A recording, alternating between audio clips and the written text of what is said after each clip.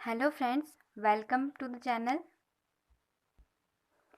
Last class में हमने quark model पढ़ा था। ठीक है, अब आज हम क्या करेंगे, जो छोटे छोटे टॉपिक्स हैं, मतलब एक पर्टिकुलर कोई टॉपिक नहीं है, छोटे छोटे सब टॉपिक के रूप में है जहाँ से कभी कभी क्वेश्चन आ जाता है, तो उन चीज़ों के बारे में हम देखते हुए चलेंगे। ठीक है, जो भी बची हुई चीज़ें हैं वो तो देखिए। सबसे पहले बात करते हैं हम रेजोनेंस पार्टिकल्स की। रेजोनेंस पार्टिकल्स ये क्या होते हैं? ठीक है, तो देखिए, ये वो पार्टिकल्स होते हैं जिनका फॉर्मेशन तो स्ट्रॉन्ग इंटरेक्शन से होता है और इनका डिके भी स्ट्रॉन्ग इंटरेक्शन से ही होता है। जैसे डेल्टा पार्टिकल्स है ना, वो क्या है, रेजोनेंस पार्टिकल्स में आते हैं। तो इसमें ये चीज़ नोट करनी है, these are produced by strong interaction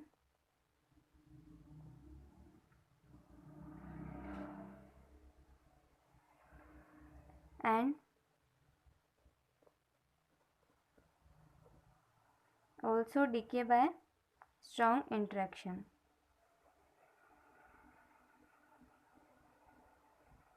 ठीक है, स्ट्रॉन्ग इंटरेक्शन से ही प्रोड्यूस होते हैं और इनका डीके भी स्ट्रॉन्ग इंटरेक्शन से ही होता है। इनकी लाइफ एग्जांपल लिख लेते हैं, जैसे हम डेल्टा पार्टिकल्स। ठीक है, अब देखिए इनके लाइफ टाइम की बात करते हैं, तो their life time is less than 10⁻⁻23 second. ठीक है, तो बस इतना ही ध्यान रखना है रेजोनेंस पार्टिकल के बारे में। क्वेश्चन में नॉर्मली गेट का जो क्वेश्चन आता है ना, उसमें पूछ लेते हैं कंपेयर करके कि लाइफ टाइम के अकॉर्डिंग उनको अरेंज करो, है ना। तो हमने जब हेड्रॉन्स वगैरह पढ़े थे क्लासिफिकेशन में भी, मैंने न्यूक्लियॉन्स और हाइप्रोन्स इनके क्लासिफिकेशन टाइम में बताया था, और रेजोनेंस पार्टिकल भी अगर ऑप्शन में होता है तो देखने के लिए ये मैंने लिखवा दिया है। ठीक है, अब हम टॉपिक देखते हैं, मैकेनिज्म ऑफ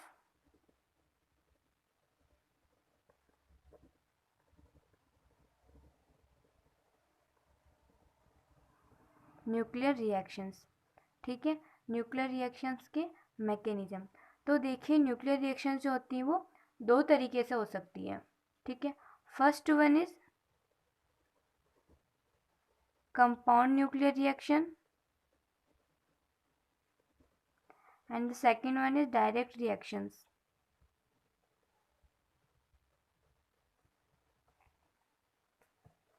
अब कंपाउंड न्यूक्लियर रिएक्शंस क्या होती है और डायरेक्ट रिएक्शंस क्या होती है, इन पूरे की हमें कंपेरेटिव स्टडी करते हैं। ठीक है, तो देखिए कंपैरिजन में पहली बात आती है, कंपाउंड न्यूक्लियर रिएक्शन जो होती है वो एक 2 स्टेप प्रोसेस होता है। ओके, और जो डायरेक्ट रिएक्शन है वो 1 स्टेप प्रोसेस है। तो फर्स्ट पॉइंट क्या हुआ कि ये क्या है, एक 2 स्टेप प्रोसेस है, और डायरेक्ट रिएक्शन जो है वो एक 1 स्टेप प्रोसेस है। ठीक है, अब देखिए compound nuclear reaction 2 step process है, तो कौन कौन से स्टेप होते हैं? देखिए, फर्स्ट स्टेप इसमें होता है formation of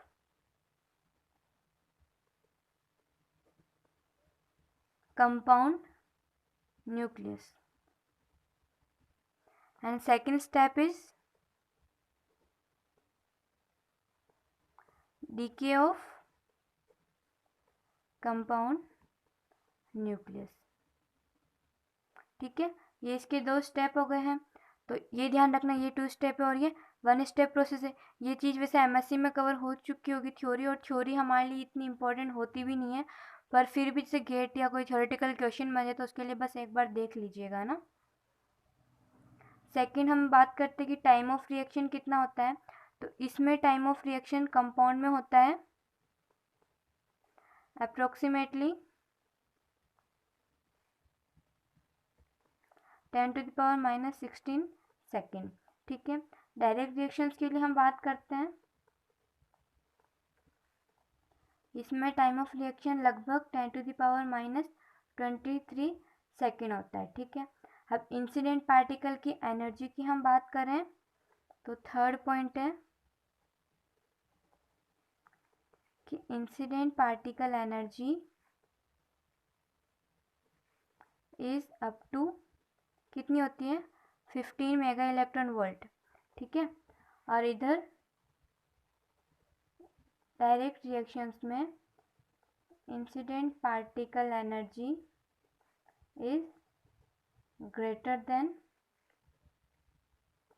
15 mega electron volt. देखिए इसमें कुछ समझने का नहीं है, सिर्फ पॉइंट से जो हमें ध्यान रखने की किस में क्या होता है, और नॉर्मली इनसे इतना क्वेश्चन आता भी नहीं है, लेकिन फिर भी कोई पॉइंट रह नहीं जाए इसलिए अपन लोग कवर कर रहे हैं ना। फोर्थ वन इज, इसमें क्या होता है, involvement of all nucleons occur in this reaction, ठीक है। इसमें क्या होता है, तो only few nucleons participate in this reaction and rest nucleons behave as spectator। इसका मतलब क्या हुआ कि कंपाउंड न्यूक्लियर रिएक्शन जो होती है ना, उसमें न्यूक्लियस में जितने भी न्यूक्लियस होते हैं वो सभी उस रिएक्शन में इन्वॉल्व होते हैं, उस रिएक्शन के प्रोसेस में सारे न्यूक्लियस का इन्वॉल्वमेंट होता है, ठीक है। लेकिन जो डायरेक्ट रिएक्शंस होती है उसमें क्या होता है, केवल कुछ ही न्यूक्लियस जो होते हैं वो उसमें पार्टिसिपेट करते हैं या फिर इन्वॉल्व होते हैं, और बाकी जो होते हैं वो क्या, स्पेक्टेटर यानी दर्शक का काम करते हैं, ठीक है, केवल देखते हैं। अब देखिए पॉइंट है,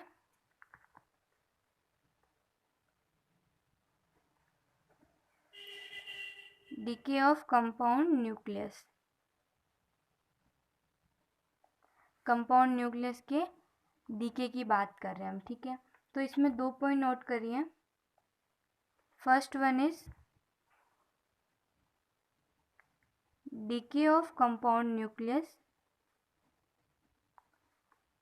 does not depend on it's formation. Compound nucleus का जो डीके हो रहा है वो इस चीज़ पर डिपेंड नहीं करता है कि उसका फॉर्मेशन किस तरीके से हुआ है, ठीक है। कंपाउंड न्यूक्लियस जो है वो अलग अलग मोड से डीके हो सकता है, और जो उसके डिफरेंट मोड्स हैं उनके होने की प्रोबेबिलिटी भी अलग अलग हो सकती है, ठीक है। सेकंड पॉइंट यही है कि कंपाउंड न्यूक्लियस में DK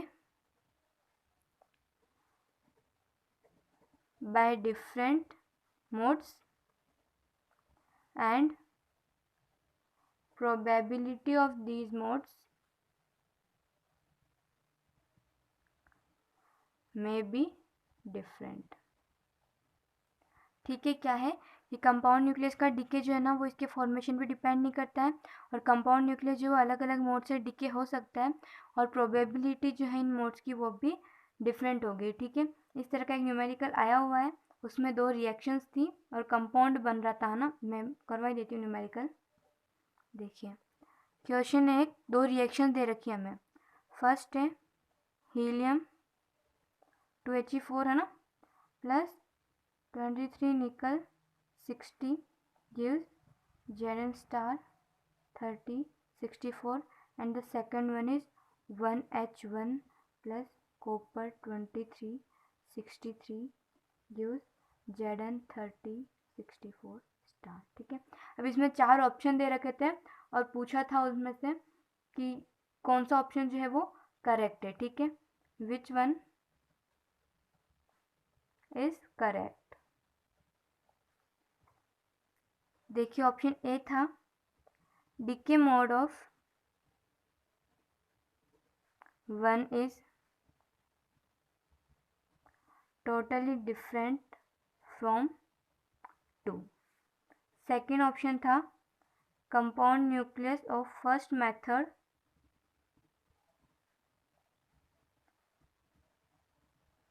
will decay first.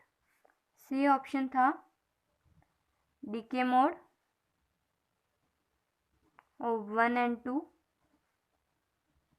will be same, and D option was compound nucleus of second method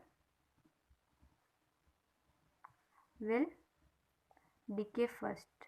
ठीक है, अब इसमें से कौन सा ऑप्शन जो है वो सही है?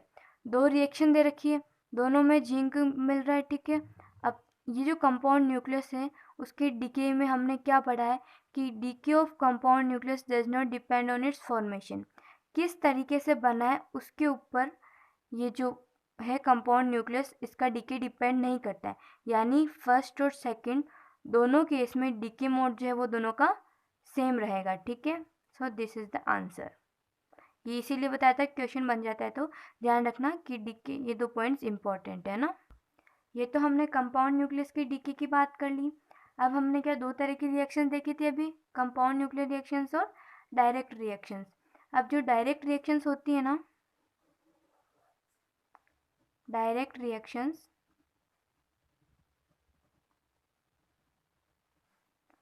वो भी दो तरह की होती है। एक तो होती है पिकअप, दूसरी होती है स्ट्रिपिंग। कौन कौन सी होती है? एक तो होती है pickup, pickup direct reaction, pickup reaction बोलते हैं ना, and the second one is stripping reaction. ठीक है, अब देखिए पिकअप रिएक्शन क्या होता है। ये मान लीजिए इंसिडेंट पार्टिकल है, इंसिडेंट पार्टिकल। ठीक है, ये टारगेट है। अब देखिए मान लीजिए इसमें 2 न्यूक्लियन है, इसमें 4 न्यूक्लियन है। अब पिकअप रिएक्शन में क्या होता है कि जो इंसिडेंट पार्टिकल होता है ना, वो टारगेट से एक या एक से ज़्यादा, मतलब उसमें से कितने भी न्यूक्लियंस को पिक कर लेता है। तो टारगेट में से इसने, इंसिडेंट पार्टिकल ने न्यूक्लियन पिक किया है, तो मान लीजिए इसने एक न्यूक्लियन पिक किया है, तो इंसिडेंट पार्टिकल में कितने न्यूक्लियस हो गए? 3, और टारगेट में कितने बच गए? 4 थे, इसमें से एक इधर चला गया, इसमें भी 3 बच गए। इसका मतलब क्या था कि पिकअप रिएक्शन में इंसिडेंट पार्टिकल जो होता है वो टारगेट से न्यूक्लियन को पिक कर लेता है। ठीक है, पिक कर लेता है इससे, तो ये पिकअप रिएक्शन। तो इसमें लिखिए in this reaction incident particle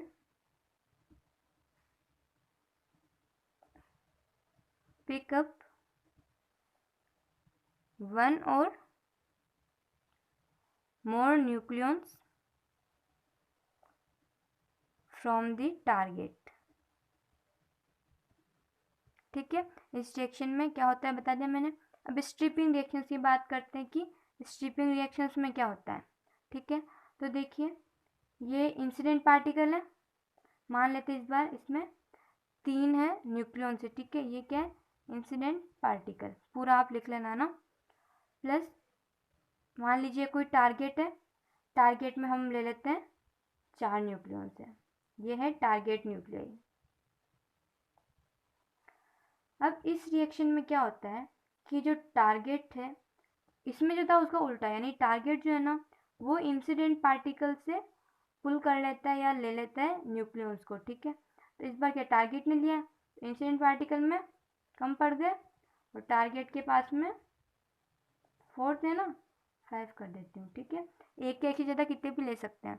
तो ध्यान रखना है पिकअप में इंसिडेंट पार्टिकल जो होता है वो जब टारगेट पे स्ट्राइक करता है, जब इन दोनों का इंटरेक्शन होता है तो इंसिडेंट पार्टिकल इसमें से पिक कर लेते हैं टारगेट में से। और स्ट्रिपिंग रिएक्शन में क्या होता है, टारगेट जो होता है वो इंसिडेंट से पुल कर लेता है, इससे ये ले लेता है। तो इसमें लिखिए in this reaction target pulls one or more than one nucleons from the incident particle। Example की बात करते हैं, तो देखिए इसमें एग्जाम्पल लेते हैं x p alpha y. Short में इस तरीके से इन रिएक्शंस को डिनोट किया जाता है। आई होप आपने एमएससी में पढ़ा होगा इसका। तो देखिए ये एक्स क्या है, टारगेट मटेरियल है यहाँ पे। ठीक है, इसमें क्या हुआ, यानी ये एक्स से वाई में चेंज हो गया, और यहाँ पर इंसिडेंट पार्टिकल क्या था, प्रोटॉन था, और प्रोटॉन ने क्या किया, टारगेट से न्यूक्लियन को पिक करके अल्फा पार्टिकल बन गया। ठीक है, इसे डी टी, ये क्या है, हाइड्रोजन के आइसोटॉप से दोनों, है ना। तो इस तरीके से इंसिडेंट पार्टिकल जो है वो टारगेट से न्यूक्लियन पिक करके बड़ा बन जाता है ना। अब देखिए इसकी बात करते हैं अब हम। तो जैसे एक्स, न्यूट्रॉन, प्रोटॉन, वाई, ठीक है। ये शॉर्ट में लिखा हुआ है तो मैं एक किसी को पूरा लिख के बता देती हूँ। फर्स्ट वाले को ही लिख देती हूँ। देखिए ये प्रोटॉन जो है वो इंसिडेंट पार्टिकल था, ठीक है। फिर बात आती है टारगेट की। टारगेट है एक्स, मान लेते हैं इसका एटॉमिक नंबर जेड है, मास नंबर ए है। अब क्या होगा, ये टारगेट में से न्यूक्लियन लेगा, न्यूक्लियन लेने के बाद में ये 2He4 बना लेता है, अल्फा पार्टिकल। अब टारगेट न्यूक्लियस जो था वो किस में चेंज हो गया, वाई में। अब देखिए Z-1 A-3 कैसे हुआ जो पता पड़ ही रहा है, हम लोग देख सकते हैं इसमें 2He, ये एक प्रोटॉन था, इसने क्या क्या लिया, मतलब न्यूक्लियस आया ना, तो एक तो प्रोटॉन आया। यहाँ पर ये जेड एटॉमिक नंबर क्या बताता है हमको, नंबर ऑफ प्रोटॉन्स बताता है ना। एक प्रोटॉन था, एक इससे लिया, 2 प्रोटॉन हो गए। यहाँ पर टोटल 4 है। ये क्या मास नंबर क्या होता है, नंबर ऑफ न्यूक्लियन, जिसमें प्रोटॉन और न्यूट्रॉन दोनों आते हैं, ठीक है। तो इसमें से 3 टोटल न्यूक्लियस निकले, 2 तो इसमें से न्यूट्रॉन निकले होंगे, एक इसमें से प्रोटॉन निकला होगा। 2 न्यूट्रॉन, 1 प्रोटॉन, और 1 प्रोटॉन ऑलरेडी ये खुद था, उससे मिलकर 2He4 बना, ठीक है गाइस। तो यहाँ पर डायरेक्ट रिएक्शंस जो है वो ख़त्म होती है, इस तरीके से होती है। तो हमने रेजोनेंस पार्टिकल देखा, कंपाउंड रिएक्शन और वो रिएक्शन देखी, फिर डीके देखा कंपाउंड न्यूक्लियस का, डायरेक्ट रिएक्शंस देखी। ड्यूट्रॉन, ड्यूट्रॉन के बारे में इसकी जो प्रॉपर्टीज है, जो मेन पॉइंट हमें पता होने चाहिए, उनको हम देख लेते हैं, ठीक है। तो ड्यूट्रॉन क्या सिंबल है, 1H2, हाइड्रोजन का आइसोटोप है, एक प्रोटॉन है और एक ही न्यूट्रॉन है, तो न्यूक्लियस टोटल 2 हो गए। और इसको किससे, डी से भी डिनोट करते हैं, ठीक है। तो देखिए देखकर हमें वैसे ही पता पड़ रहा है कि 1H2 यानी ड्यूट्रॉन जो है हैव, एक तो इसमें क्या प्रोटॉन है एंड 1 न्यूट्रॉन, ठीक है। स्पिन पैरिटी जो है वो हम देखें तो from experiments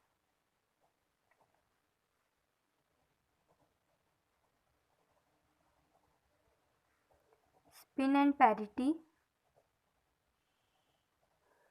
of deuteron is 1+।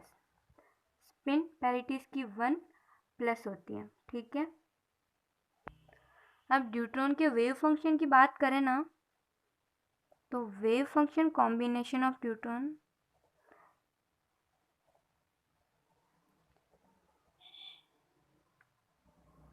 देखिए ये क्या होता है, इसमें 3s1 वाली, इसको जैसे साई पहले लिख देती हूँ AS Sai S plus AD Sai D।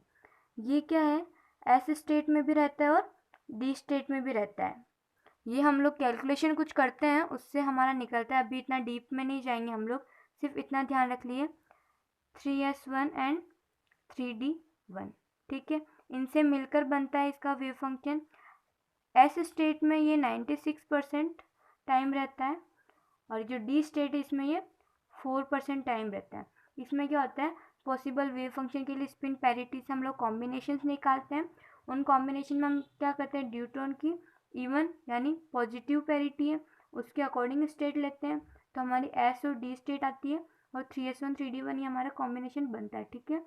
बस ये ध्यान रखना है 96% तो एस स्टेट में रहता है और डी स्टेट में कितना रहता है, ये बचा हुआ 4% टाइम स्पेंड करता है। ड्यूट्रॉन की बाइंडिंग एनर्जी कितनी होती है, तो binding energy of deuteron is equal to 2.24 mega electron volt. Deuteron के एक important point, deuteron have no excited states, deuteron में एक्साइटेड स्टेट्स नहीं होती है। मैग्नेटिक डाइपोल मोमेंट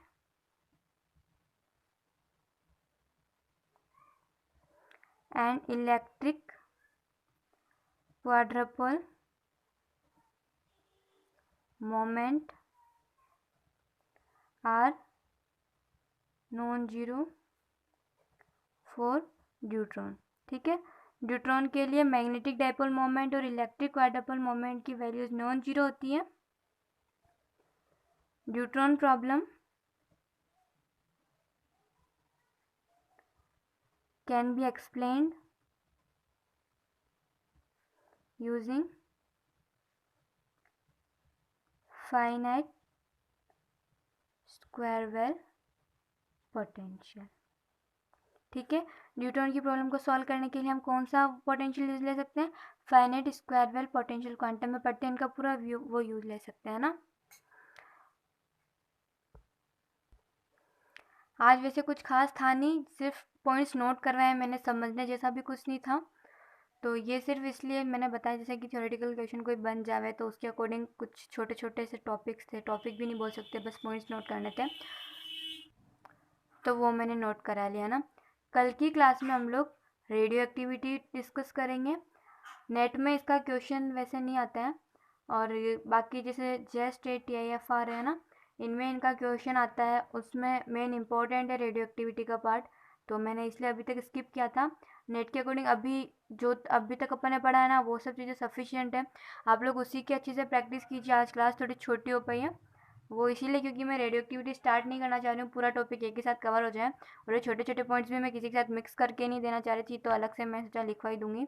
ओके, तो बस पढ़ते रहिए घर पे। ठीक है, थैंक यू।